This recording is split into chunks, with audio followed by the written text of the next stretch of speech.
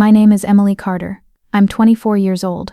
3 weeks ago, my father stood before 60 people, relatives, family, friends, his law firm colleagues at my graduation party. He raised his champagne glass, but he wasn't looking at me. He was looking at my younger sister. And then he said the words that still echo in my head. I wish it was you holding that diploma tonight, Sophia.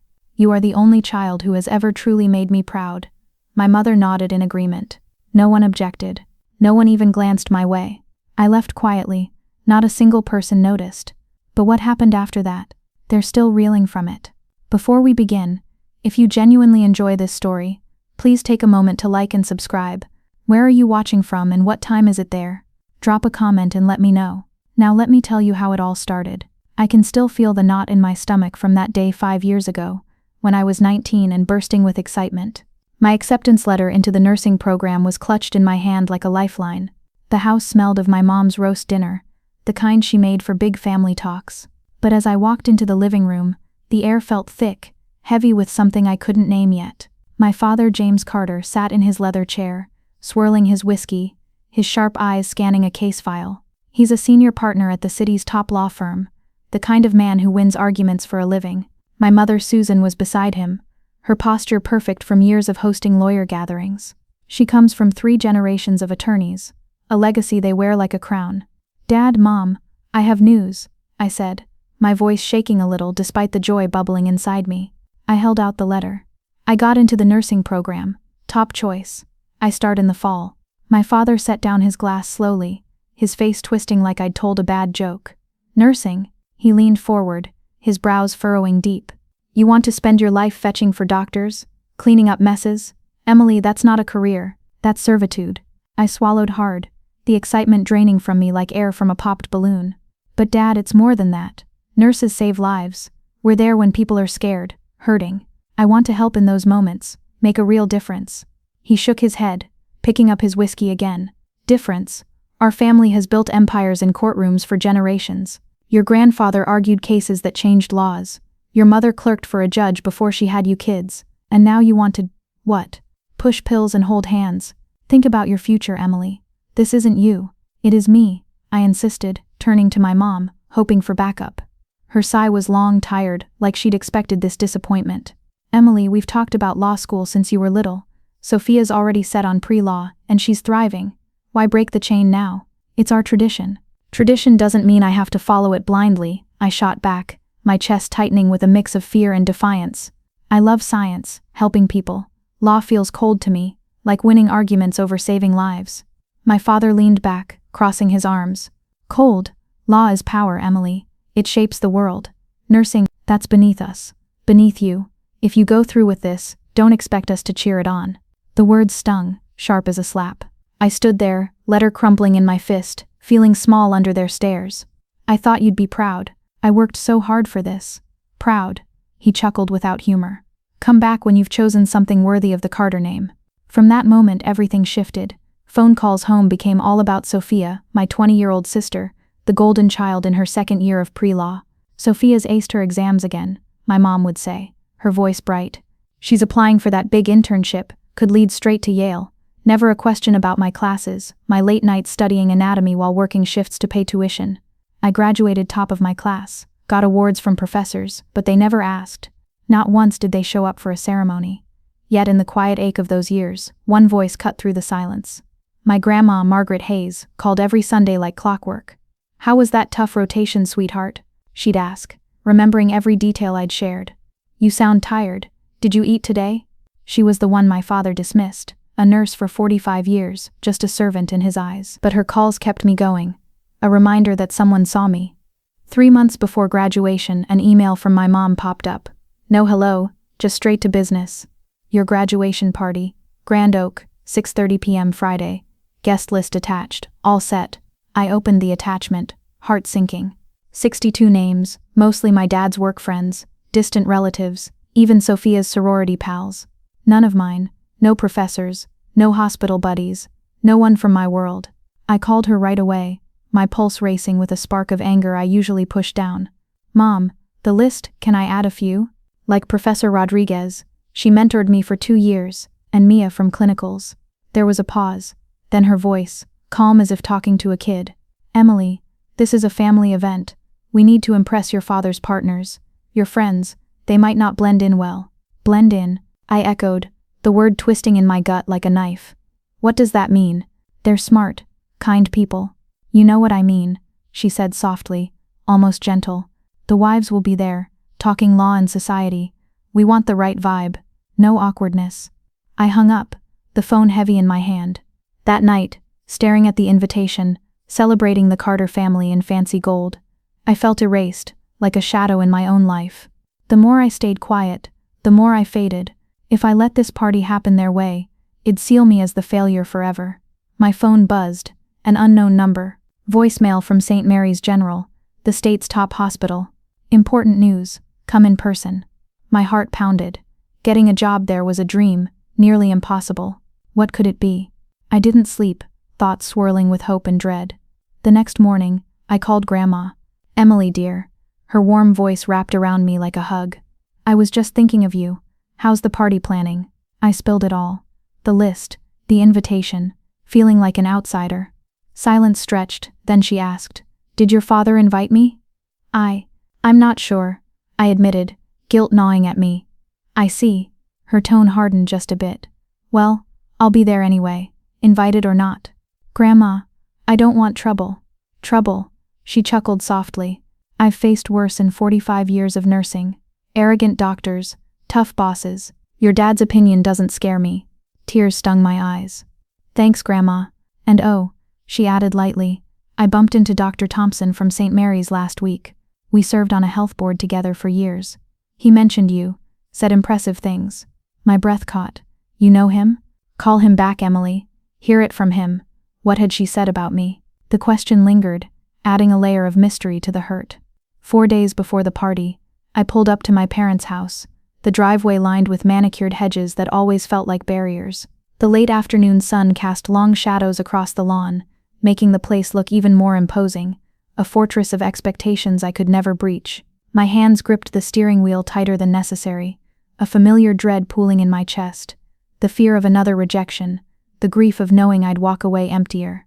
But I had to try, one last time, for the girl I'd been, the one who still hoped. Inside, the air was cool, scented with polished wood and faint cigar smoke from my dad's study. He was there, bent over case files, his reading glasses perched on his nose. He didn't look up as I entered, the silence stretching like a taut wire. Dad, I started, my voice steady despite the tremor inside. Can we talk about the party? He flipped a page, not glancing my way. What about it? Everything's handled. I'd like to invite a few people. Professor Rodriguez. She guided me through 2 years of tough courses. And some friends from the hospital. No. His tone was flat, final, like closing arguments in court. He set down a pen, still not meeting my eyes. The list is set. Invitations out. But Dad, this is my graduation party. The words caught in my throat, a mix of plea and protest. Shouldn't I have a say? Now he looked up, his gaze cool, appraising, like I was a witness on the stand. This is a Carter family event, Emily, not some casual get-together. My partners will be there, clients. We need to project the right image. Image, I echoed, disappointment surging like a wave. What about celebrating me? I worked so hard, top of my class. He actually laughed, a short dismissive sound that echoed in the room. In nursing, Emily. Nursing. Do you know what my colleagues would think if I paraded a nursing professor around? They'd wonder why one of my daughters couldn't aim higher. Higher. My voice rose, cracking with the pain I'd buried for years. They'd think I was educated, capable, that I chose something meaningful. They'd think this family has a weak link. His words landed like blows, each one chipping at the fragile hope I'd clung to. I steadied myself against the doorframe, memories flashing, nights alone in my apartment, textbooks open under a dim lamp, the loneliness of striving without support. Dad, I graduated summa cum laude. Doesn't that count? He sighed, rubbing his temple as if I were a tiresome case. Summa cum laude in a field that's beneath us. Your sister Sophia's heading to Yale Law. That's legacy. That's pride. Do you understand the doors that opens for all of us? I thought the party was about my doors, my achievement. Grief twisted inside me, for the father-daughter bond that never was, the love always conditional. He set his papers aside, finally giving me his full attention, but it was indifference in his eyes, not warmth. I've already spread the word. We're announcing Sophia's acceptance there. Perfect timing. Draws the focus where it belongs. Where it belongs. I whispered, the betrayal sharp, cutting deep. You just need to show up, he continued, his voice softening in that patronizing way. Smile. Mingle a bit. Try not to pull too much attention. Let the night flow. Pull attention? At my own party? The room felt smaller, the shadows longer, mirroring the darkness creeping into my heart. It's for the family, Emily. He picked up his pen again, dismissing me. You'll see. I understand, I said quietly, but it was a lie, the first real one to his face. Inside, something hardened, a resolve born from years of swallowed hurt. In the kitchen, my mom was arranging flowers, her movements precise, avoiding my eyes as I approached. The scent of roses was overpowering, cloying, like the facade we all maintained. Mom, I need your help, I said, leaning against the counter, hoping for the ally I'd never had. With what, dear? She didn't stop, clipping a stem with careful snips. Talk to Dad. Make the party about my graduation, not Sophia's big reveal. She paused, just for a second, then resumed. Emily, I don't want to stir things up. Your father has a plan. Stir things. You'd be standing up for me, your daughter. The plea hung there, laced with the nostalgia of childhood hugs that had grown rare. She set down the shears, finally looking at me, her expression patient but weary, like I'd seen 1,000 times. Sweetheart, you've always been so sensitive. He means well, it's just his way. His way is turning my night into Sophia's spotlight. Frustration boiled over, mixed with regret for all the times I'd stayed silent. He's celebrating both of you, she insisted, but her eyes flickered. Guilt? Recognition? It vanished quick. He said he wishes Sophia had my diploma, right to my face. You must have misheard. She picked up a rose, twisting it into place. He's stressed with work. I was standing right there, Mom. The vulnerability hit me then, the raw ache of a daughter begging to be seen. She sighed again, deeper. Your father built this life from scratch, Emily. Scholarships, long hours, marrying into our legal line. It meant everything. We support his vision. It's how we stay strong. Even if that vision erases me. Silence fell, heavy as the unspoken truths between us. You're choosing a side, Mom. My voice broke, the grief of her complicity stabbing fresh. I'm keeping peace, she said, hands steady on the flowers. By letting you fade, you've always been dramatic, like your grandmother. I left without a word, the door clicking shut behind me like a final judgment. That evening, alone in my apartment, the walls closing in with their peeling paint and stacked boxes, an email arrived. Formal offer of employment, St. Mary's General Hospital. My heart raced as I read it. Emergency department position, $85,000 starting. Competitive, prestigious. Better than entry-level lawyers at Dad's firm. But the postscript stopped me cold. Grandma's recommendation, praising me as the best in her 45 years. She'd advocated quietly, using her network I'd never fully known. Tears came then, hot and unbidden, for the love she'd given freely, contrasting the void from my parents. I didn't reply yet. Instead, I drove to Grandma's the next morning, the road winding through quiet suburbs where morning mist clung to the trees, echoing my foggy resolve. She was on the porch, tea steaming, as if sensing my turmoil. You got the email, she said, not a question, her eyes sharp despite her age. Why didn't you tell me? I sat, the wicker chair creaking under me. It wasn't mine to boast about. She stirred her tea slowly. I just spoke the truth. You did the rest. Grandma, tell me about Dad. Why is he like this? The question had haunted me, a puzzle of love turned cold. Her smile faded, gaze distant. He clawed his way up from nothing. Scholarships, grit, marrying your mom. That was his ticket to prestige. But me. She paused, the mist outside thickening. At their engagement dinner, he saw my nurse's uniform and said, I hope Susan has a better life. Right to my face. The cruelty of it hit me, a mirror to my own hurts. But you've achieved so much. Foundations, programs, none with a law degree. She squeezed my hand, her touch warm against the chill air. He values titles, Emily. We value impact. Lives touched, moments mended. She fetched an envelope inside, returning with it. This came last month. Waited for the right time. A dean's commendation, nomination for a top healthcare leaders program. Pride swelled, mixed with the sting of my parents' blindness. "You don't need their approval," she said fiercely. "But if they're watching, make them see." That afternoon I called Dr. Thompson, my voice steady despite the suspense building inside. "What if this backfired?" "Emily, glad you called." His tone was warm, professional. "Received our offer?" "Yes, I'm honored." Pause, then I dove in. "About the formal presentation. An event? Perfect for honoring you. I have one Friday, the party at Grand Oak." Hesitation crept in. "But it's complicated. My family undervalues nursing." A knowing chuckle. Mrs. Hayes hinted at that. "Lawyers, right? Well, perhaps we can show them real worth. I'll bring the offer and a surprise." "What surprise?" Curiosity edged with nerves. "You'll see. Trust me, it'll be memorable." Hanging up, silence enveloped me, thick with anticipation. I hadn't told anyone my plan. For once I'd stopped shrinking.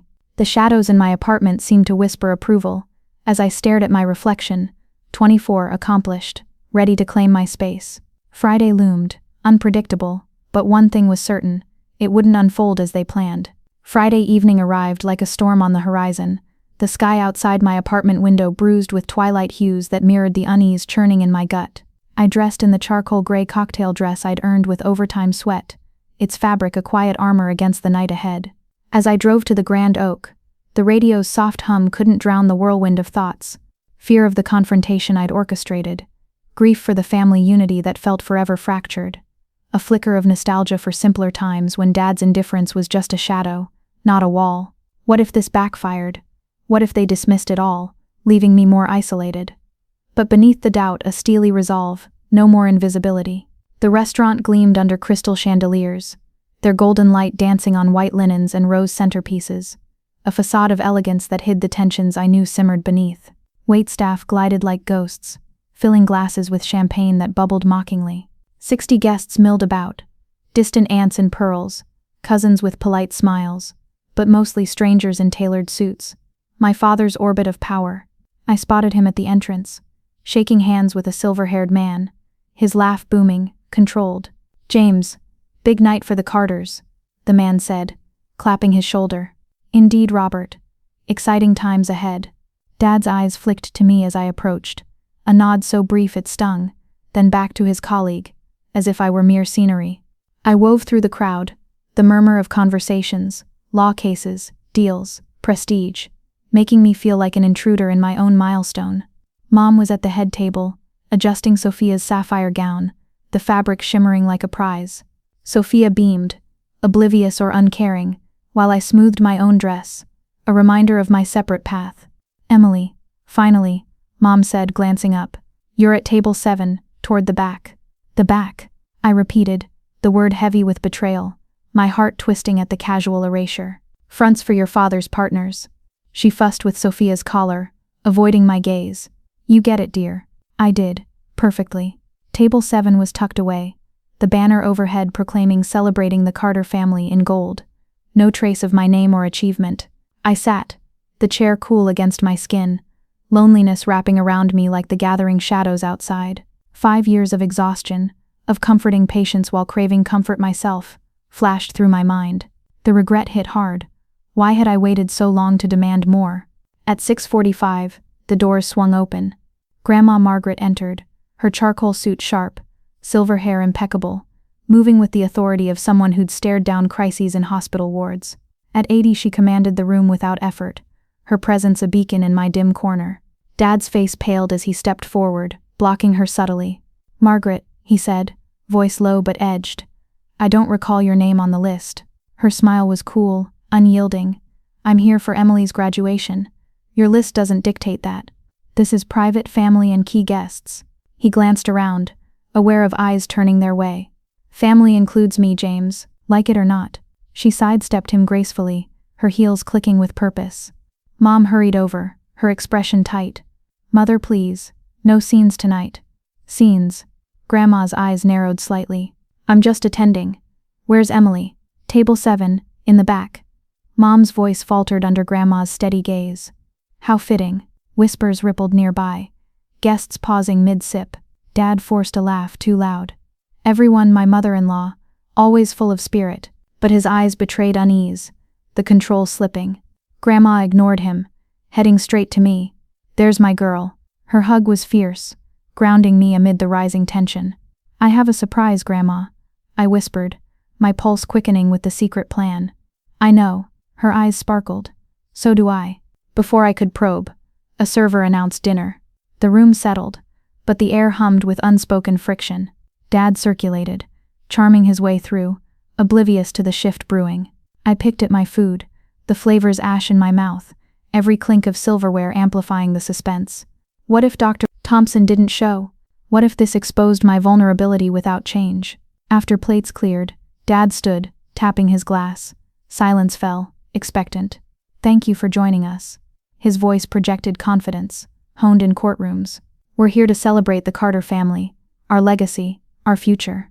No mention of me. The omission landed like a quiet blow, grief welling for the recognition I'd chased futilely. As you know, law runs deep in our blood, 3 generations strong, soon 4. He turned to Sophia, her smile radiant. Let's toast my youngest, Sophia, accepted to Yale Law, a true Carter triumph. Applause erupted, polite but enthusiastic.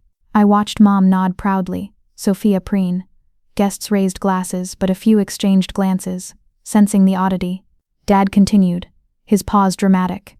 I wish truly that Sophia held tonight's diploma. She's the child who's made me proudest. The words pierced, sharper in public, the betrayal raw. Applause faltered, discomfort spreading like ripples in water. No one met my eyes, pity hung in the air, thickening the shadows around my table.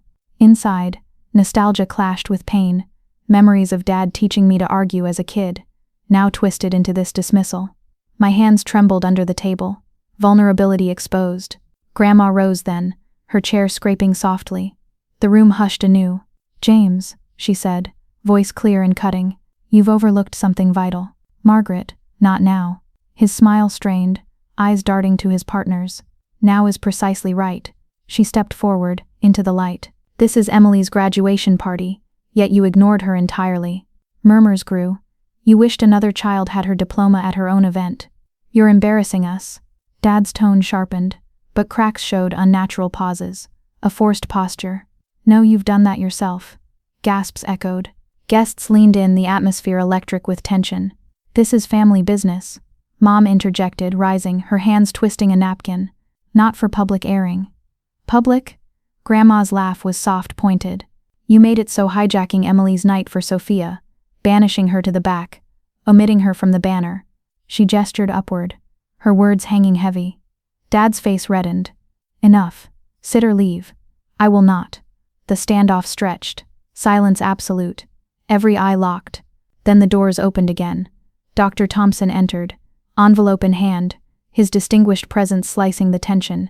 He strode toward me, ignoring the stares. Apologies for the timing, he announced, voice carrying. Urgent matter for Miss Emily Carter. Who are you? Dad demanded, stepping closer, his control fraying. Dr. Michael Thompson, recruitment director at St. Mary's General. The name dropped like a stone, rippling shock. He bypassed Dad, stopping at my table. Miss Carter, an honor. His handshake was firm, steadying my racing heart. Dr. Thompson, I didn't expect. Wanted this personal. He addressed the room. Ladies, gentlemen, forgive the intrusion, but this announcement demands it.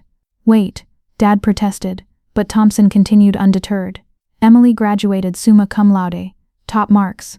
Her evaluations, best in 2 decades. He raised the letter. St. Mary's offers her, our emergency department role, $85,000 start. Gasps filled the space. $85,000 for nursing? Someone muttered. My chest tightened with a mix of vindication and sorrow. The recognition I'd craved, but at what cost to the family ties I still mourned? To contextualize, Thompson added, eyeing Dad, that's above many first-year lawyers at elite firms. Say 70,000. Silence crashed down. Dad paled. Mom's hand flew to her mouth. Sophia stared, wide-eyed, a flicker of genuine surprise crossing her face. Not envy, but awakening. Thompson handed me the letter, his voice steady amid the stunned hush. Congratulations, Emily. Fully earned. But he held back, a glint in his eye heightening the moment's suspense. One more thing. The surprise. He drew another envelope from his jacket, unfolding the paper with deliberate care. From Dean Ellis of the nursing school. Addressed to you, but fitting to share here. The room leaned in, the chandelier's light casting flickering shadows that danced like unspoken secrets across the faces turned toward us. My breath caught, a swirl of fear and anticipation. Would this finally shatter the facade, or deepen the rift I'd always feared? He read aloud, his tone resonant. Emily Carter stands as the finest nursing student in our program over the past 2 decades. Beyond flawless academics, she embodied compassion and poise that surpassed all benchmarks in her clinical work. We nominate her for the Future Healthcare Leaders Program, the elite 0.5% of graduates nationwide. The words hung, heavy with validation I'd craved in silent nights, poring over charts while doubt whispered I wasn't enough. Applause broke out, not the restrained kind from before, but genuine swelling like a tide. Guests nodded, whispers buzzing, top 0.5%. Remarkable.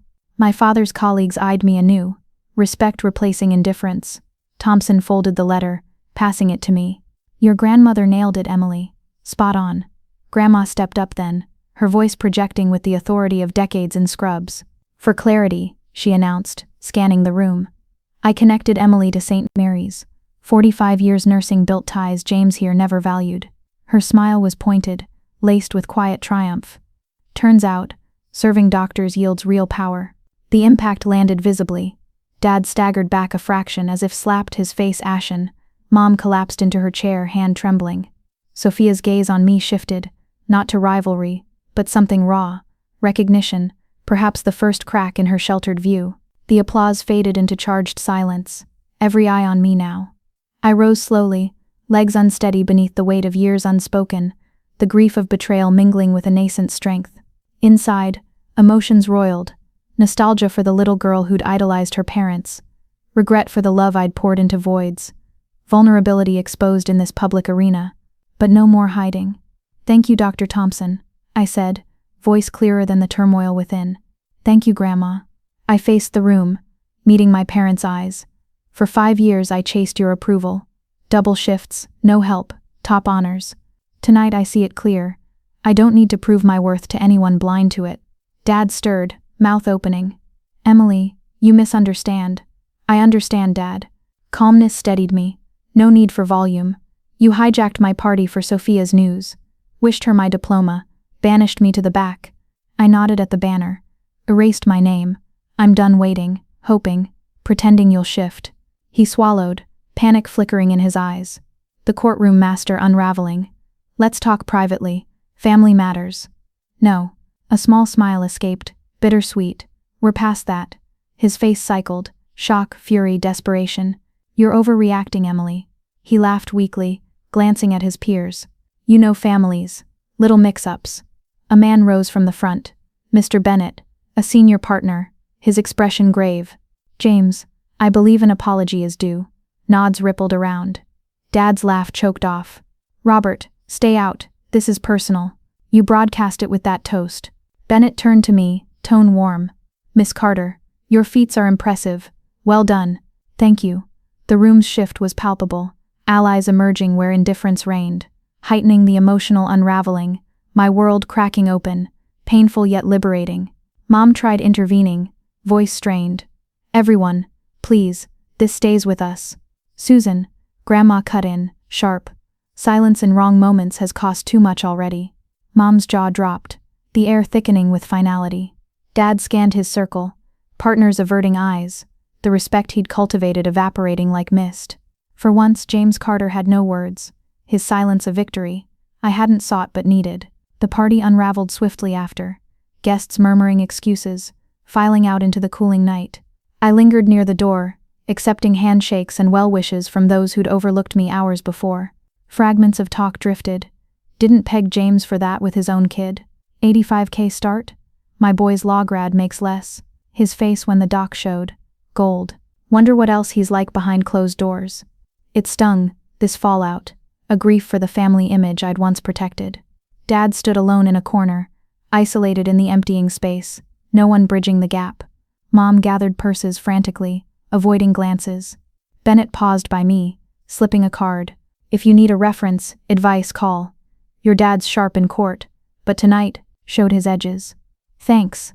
His words lingered, a subtle shift in power dynamics I'd unwittingly triggered. Across the room, Sophia sat solitary at the head table. her gown's shine dulled in the fading light. Our eyes locked, hers holding confusion, like re-evaluating a familiar painting. She rose, approaching hesitantly, the click of her heels echoing in the quieting hall. "Emily," she started, voice tentative, biting her lip a tick from childhood arguments. "You okay?" I nearly scoffed, the irony biting. "Now you ask?" She shifted, eyes glistening. "Didn't realize it was this deep. Thought it was just Dad being Dad. How could you miss it?" Hurt laced my words, the sibling bond frayed by years of imbalance. She looked away, then back. "I guess I liked the spotlight. Never questioned why you stayed quiet. Assumed you preferred it." "I didn't prefer, I adapted." Vulnerability surged, regret for the sisterly closeness we might have had.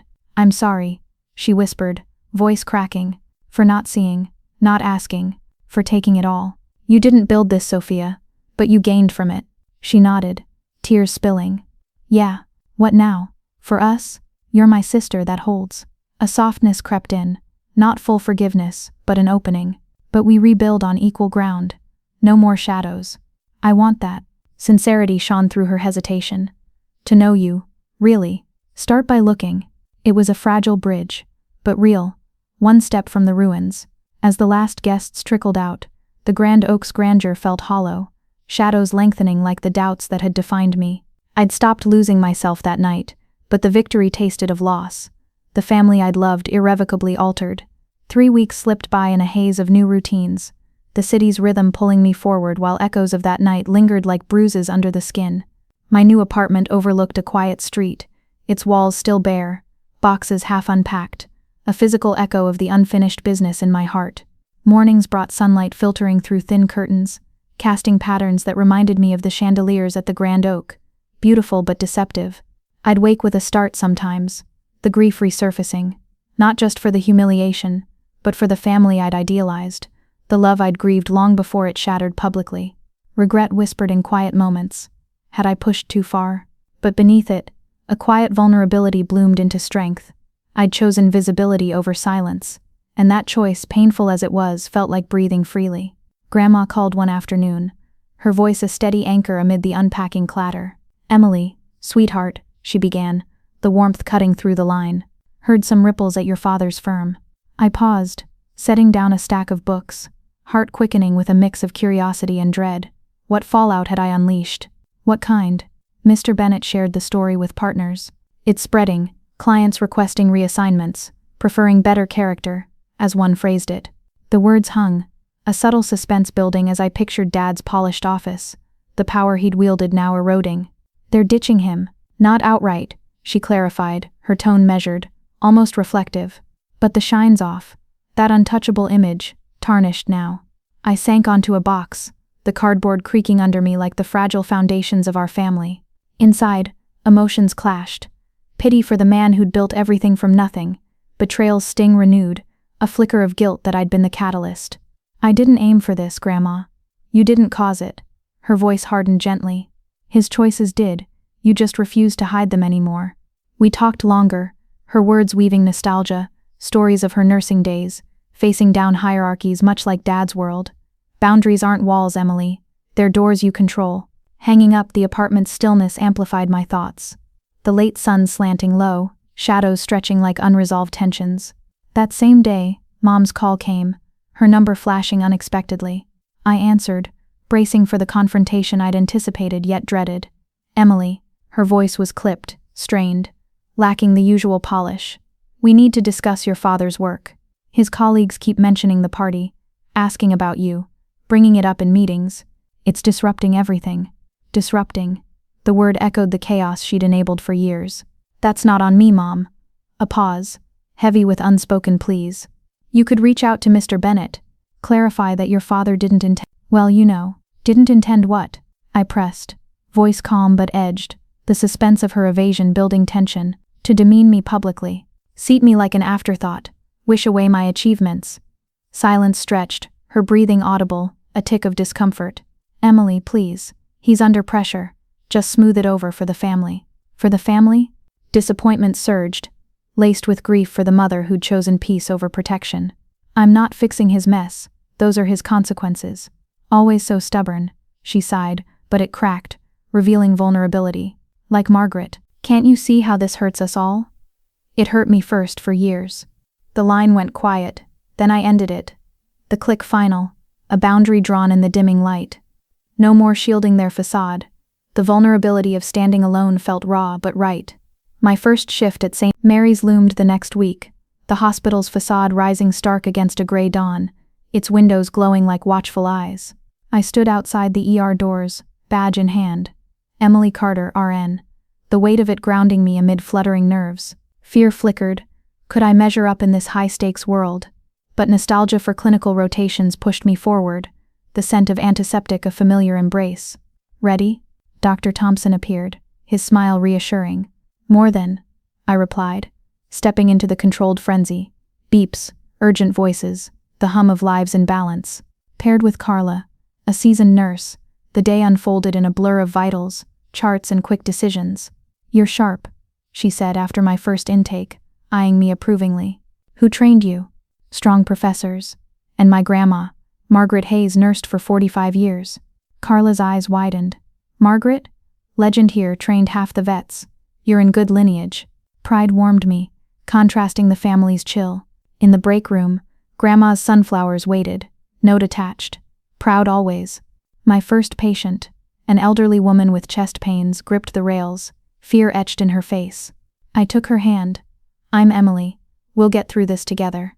Her tension eased, and in that moment, the why of nursing crystallized. Touching vulnerabilities, mending where law couldn't reach. This was my worth. Undeniable. 4 months on, life reshaped. Shifts I thrived in, colleagues' respect a balm, Grandma's Sunday teas a ritual of stories and support. The apartment felt like home now. City lights from the balcony a canvas for reflection. 5 years exhaustion, one night's unraveling, the decision to claim my space. Dad never called, his silence a predictable void, the man who commanded courtrooms unable to bridge personal gaps. Mom's texts were sparse. How are you? Surface level. No apologies. I replied briefly, guarding my peace. But Sophia, she called Sundays before Grandma's visits, our talks extending from hesitant to heartfelt. Law apps are overwhelming, she'd confess one call, voice softer than before. Reconsidering Yale, maybe somewhere closer. Tell me about it, I'd prompt, sharing ER tales in return. I want to get nursing, Emily. What drew you? Being there in crises, real impact. Suspense lingered in pauses, as we navigated old hurts. Didn't realize how much I missed knowing you, she'd admit. Vulnerability cracking through. It's a start, I'd say. The bond mending slowly. Not perfect, but authentic. A sibling tie reborn from ashes. The Carter family remained fractured, healing elusive. I'd respond if they reached, attend if invited, but tolerate no dismissal. Boundaries were my shield, self-preservation over sacrifice. Evenings on the balcony, lights twinkling below, I'd ponder it all, the pain of conditional love, regret for lost years, but no bitterness. Worth wasn't theirs to grant, it was mine. Real family showed up, blood or not, I'd stopped losing to them, claiming victory and wholeness. That was enough. The balcony door slid open with a soft scrape, letting in the cool night air that carried the distant hum of the city. I stepped outside, mug of tea warming my hands, the lights below stretching out like a map of lives I no longer had to chase for validation. 4 months had passed since the Grand Oak, but the weight of that night still settled in quiet moments like this. Grief arriving unannounced, regret curling around memories I'd once tried to bury. I'd catch myself wondering what Dad was thinking in his study now, surrounded by files that no longer felt like armor. Did he replay the toast? The silence that followed? The way his colleagues had looked at him, not with admiration, but with something colder, more final. A text buzzed against the railing. Sophia? Sunday call still on? 7-ish? I've been rereading my Yale apps, thinking about schools closer. Want to talk through it? I smiled, small but genuine. The sister I'd barely known was reaching across the distance we'd both accepted for too long. Me? 7 works. Can't wait to hear. Another message, this one from Grandma, arriving like clockwork. Grandma, cookies baked, bringing them tomorrow after my bridge club. Miss your face, sweetheart. Then Carla, from the night shift. Carla, that chest pain lady from last week asked about you again. Said you were the only one who made her feel safe. Thought you should know. You're doing good work, kid. I set the phone down. the screen's glow fading against the dark. These were the threads that held me now. Simple, steady, real. No spotlight, no performance. Just people who saw me without needing me to earn it. The wind picked up, rustling the potted fern I'd finally remembered to water. Somewhere below, a siren wailed. Someone else's emergency. Someone else's fragile moment. I thought of the woman whose hand I'd held, the fear in her eyes that had mirrored my own years ago. I'd chosen this path not for applause, but for the quiet power of presence, of being the steady voice when everything else spun out of control. Dad still hadn't called. Mom's texts had grown even sparser, reduced to weather reports and holiday reminders. I didn't chase them anymore. The ache was still there, sharp sometimes, dull others, but it no longer defined me. I'd stopped measuring my worth against their silence. I leaned on the railing, letting the city lights blur through the faint sting in my eyes. 5 years of proving, 1 night of truth, and the slow rebuilding that followed. I hadn't won against them. I'd simply stopped losing myself in the fight. The tea had gone cold, but I didn't mind. I stayed out there until the sky began to lighten at the edges, the first hint of morning softening the dark. Somewhere inside, a small steady voice whispered the only victory that mattered. I was seen. I was whole. I was enough. And for the first time, that was all I needed. Months turned into a quiet rhythm, the kind that heals without fanfare, but the echoes of that night at the Grand Oak never fully faded. They surfaced in unexpected ways, a patient's grateful squeeze of my hand, reminding me of the worth I'd fought to claim, or a rare family photo on my phone, stirring a cocktail of nostalgia and unresolved grief. I'd scroll past it, heart aching for the versions of us that might have been, if only love hadn't come with strings. Regret lingered too, not for speaking up, but for the years I'd lost to silence, vulnerability I'd hidden behind a facade of acceptance. But in the ER's bustle, amid codes and crises, I found parallels to my own unraveling. Nursing demanded presence in chaos, a steady hand when everything else trembled. It mirrored my journey, assessing wounds, applying pressure, waiting for stability to return. One evening, as rain pattered against the balcony glass, blurring the city lights into soft halos, my phone lit up with a message from an unfamiliar number. I hesitated, thumb hovering, the suspense a faint echo of that voicemail from St. Mary's. It was Mr. Bennett. Miss Carter, hope this finds you well. A client mentioned needing healthcare expertise for a case. Thought of you. If interested, let's connect. I stared at the screen, the offer dangling like a bridge to my father's world, one I'd never sought, but now approached on my terms. A small smile crept in. Irony, perhaps, or fate's quiet nod. I replied politely, open but uncommitted, boundaries held firm. Sophia's calls had become a habit, evolving from awkward check-ins to deeper shares. Emily, I deferred Yale, she confessed one Sunday, her voice tentative over the line. Chose a program here. Closer. Want to volunteer at a clinic, see your side of things. Surprise mingled with warmth. What changed? You. That night, it woke me up, to how unbalanced we were. A pause, heavy with her own regrets. I'm sorry it took so long. We're building now, I said, the words a salve to old wounds, not erased but acknowledged. Grandma's visits remained my anchor, her stories a tapestry of resilience. You did what I never could, stood tall when they tried to shrink you, she'd say over tea, her eyes fierce with pride. As for my parents, the silence stretched, broken only by Mom's occasional card or Dad's name in a firm newsletter Grandma forwarded. No apologies, no outreach. The pain of their absence dulled over time, replaced by acceptance. Their inability to see me wasn't my failure. It was theirs. In the quiet after a long shift, I'd sit with it all. The fear that had once paralyzed me, the betrayal that had forged my strength, the love I'd found in unexpected places. Family wasn't blood alone, it was the ones who chose you, flaws and all.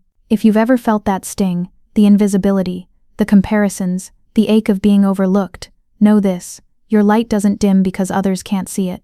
Claim your space, draw your lines, and if my story resonates, share yours. Have you faced down a similar shadow? Felt the weight of unspoken expectations? Tell me in the comments below. Let's remind each other we're not alone. In sharing these raw truths, I've found a depth in the telling that binds us closer, a quiet intensity that lingers long after the words fade. It's in these stories of turning points and quiet triumphs that we see our own reflections most clearly.